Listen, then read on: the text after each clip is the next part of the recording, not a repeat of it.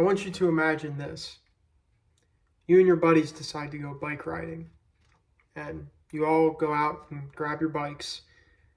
And as you start to leave your garage, you look and you see your helmet. And you go, nah, I don't need that. I'll be okay. Well, you guys start riding your bikes, and as you're pedaling along, a car comes in your direction, and you have to swerve out of the way. Only when you swerve, you lose control of your bike and fall over and hit your head, and now you have a concussion. Concussions are harmful to the short-term and long-term health of the individual that sustains that concussion, and they need to be treated correctly. I want you to be able to learn about concussions. I want you to better understand how they are treated, and I want you to understand how you can protect yourself so that you or someone you know doesn't suffer from a concussion in the future.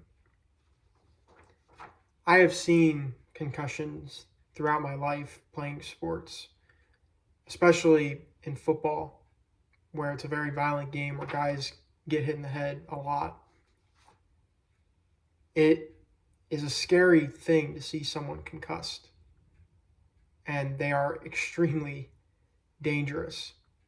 And I'm sure a lot of you have seen it on TV, like watching sports on TV, especially in the NFL with football. Guys getting laid out and their heads just spinning, and it's a scary thing to watch. And I've seen the dangers of these concussions. You know, I have friends that have had to sit out of sports and have had long recoveries. So I have seen all sorts of concussion-related issues. So I will be discussing what causes a concussion, the symptoms of them, and how they can be treated to prevent further damage. So let's start by looking at the causes. The Mayo Clinic defines a concussion as a blow to the head or the violent shaking of the head or the upper body.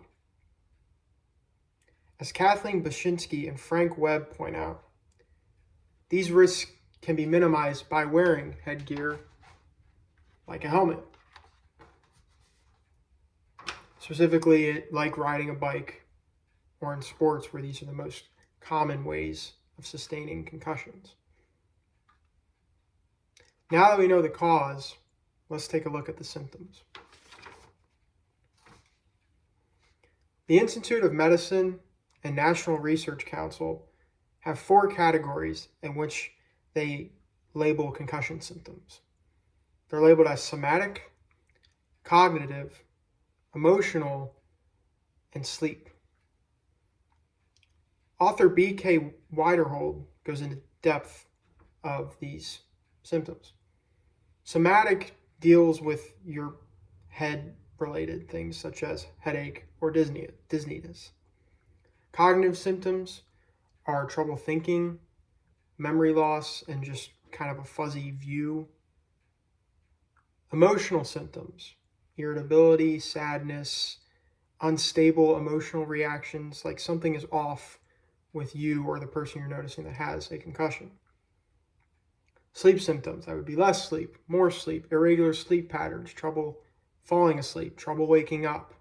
These are all symptoms of a concussion. Now that we know the symptoms of a concussion, let's take a look at the treatments. The Mayo Clinic says there are 3 major ways to treat a concussion. Rest, whether that be physical and mental, and then during a period of time, gradually getting that person back into the activities they were doing before the concussion. Slowly, gradually, not fast. And then if need be, pain medication so that there isn't too much pain associated with the concussion. The clinic also says that if the symptoms persist and none of these 3 steps are helping, to seek out medical attention because something is clearly wrong that you can't fix on your own or with a help of a non-medical person. Now that I've covered the treatments, I'd like to review what I've discussed. Concussions are harmful to both your short-term and long-term health, and they need to be treated correctly.